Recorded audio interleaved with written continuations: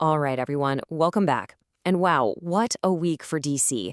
Seriously, we've got everything. New costumes, huge casting rumors flying around, and this massive corporate showdown that could literally change everything. There is so much to get into. Okay, so here's how we're going to break it all down. First up, we're talking about Supergirl's big moment. Then we'll pop over to Matt Reeves' Gotham. After that, we'll see what James Gunn is cooking up. Then we get to the really big stuff, the Warner Bros. Sale, and finally, what the two possible futures for DC could look like. All right, let's kick things off with the biggest news, which honestly has to be what went down at CCXP in Brazil. DC really decided to start the Supergirl era with a bang. And there it is. After months and months of waiting and wondering, we finally have our first official look at the new Supergirl suit. And I mean, just look at it. It's a huge departure from what we're used to, and you can tell right away they've pulled this look straight from the pages of the comics. But, they didn't just tweet out a picture and call it a day. No way. They went all in at the convention. They built this whole immersive experience, like a Kryptonian-themed bar from the movie. You could hang out with Krypto the Superdog, and they even had these challenges for fans to test their strength and speed. This wasn't just a reveal, it was a full-on launch party for the movie, complete with the official logo and some exclusive footage just for the people there. Now, obviously, a big cosmic movie like this, well, it's gonna have a big cosmic price tag, right?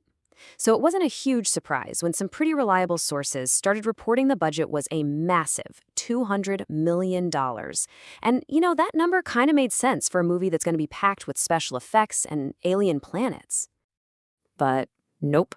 James Gunn himself jumped on social media almost instantly and just squashed that rumor flat. He wasn't subtle about it either. He didn't say, oh, it's a little high. He said, and I quote, that number is completely wrong. Which, you gotta think, means the real budget is way, way lower. Okay, but it hasn't all been good news and cool suits. Just as the hype train is leaving the station, a potential PR headache has popped up. The actor playing the villain Cream, Matthias Schoenaerts, was just sentenced for driving without a license for the 11th time. Yeah. And it's an awkward situation that's already making people think about other recent studio problems, like with Ezra Miller or what Marvel went through with Jonathan Majors. All right, let's switch gears and head over to Gotham City. We're talking about Matt Reeves' corner of the DC universe here. Remember, this is an Elseworlds thing, so it's totally separate from James Gunn's main DCU. And man, is it making some noise right now with a gigantic casting rumor. Yep, you heard that right. The big rumor, coming from multiple pretty solid sources, is that Scarlett Johansson is joining the Batman Part 2. I mean, can you imagine? That would be absolutely huge for this franchise. You bringing in a massive star who obviously knows her way around a comic book movie and dropping her right into this dark, gritty Gotham. Okay, but let's break this down because the details are where it gets really good. The role is supposedly a love interest for Bruce, who then becomes a villain. We're talking classic femme fatale stuff. And of course, the fan theories are just exploding online, with pretty much everyone pointing to Poison Ivy.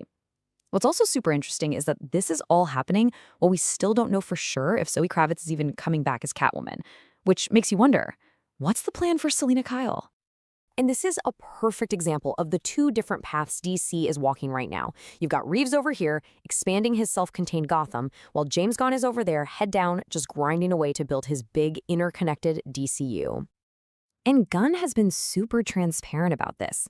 He's said flat out that Superman Man of Tomorrow is his main focus. Like, that's what he spends his day on. He's doing everything, literally drawing storyboards, scouting locations, you name it.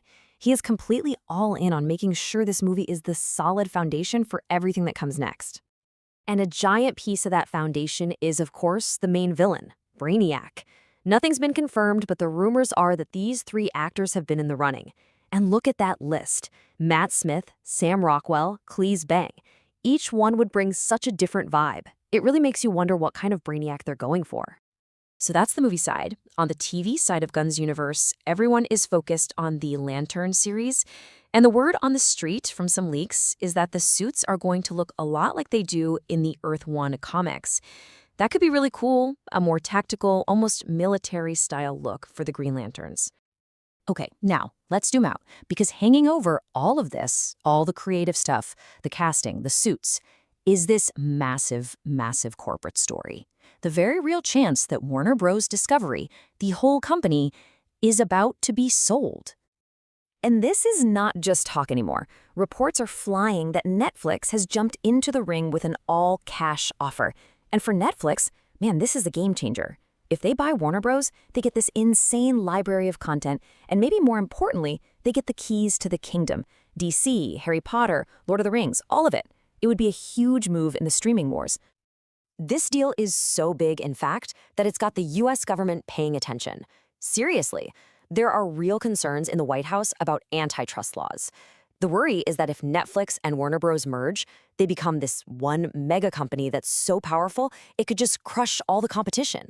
So yeah, any deal is pretty much guaranteed to face a big, long investigation from the Department of Justice. So what does this all mean for our DC movies? Well, it kind of comes down to three possible futures. You've got the good scenario.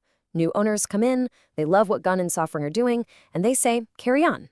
Then there's the, let's call it the gray scenario, where the new bosses start meddling. And then there's the bad scenario. They just hit the big red button, scrap everything, and we start all over again from zero. And all of this corporate drama, it's opened the door for a totally different conversation to flare up again. One that's being driven by the fans and by a certain director. You could almost call it a battle for the soul of DC. You got to admit, the timing is pretty interesting. Right as all this talk about a sale heats up, Zack Snyder starts getting way more active online, posting all these cool behind-the-scenes pictures from his DC movies, really leaning into the legacy of the universe he created. And this really lays out the two different directions DC could go. In one corner, you have James Gunn's DCU, a clean slate, a total reboot with new faces and a new story. And in the other corner, you have the Snyderverse, this established universe with an incredibly passionate fan base that is still campaigning years later to see that original story finished. So that's where we're at. A massive corporate sale could change everything. A brand new universe is just getting started, and a powerful fan movement wants to go back to an old one. It really leaves us with the ultimate question: which version of DC will win out? The future has never felt more up for grabs, and whatever happens next is probably going to define these characters for a generation.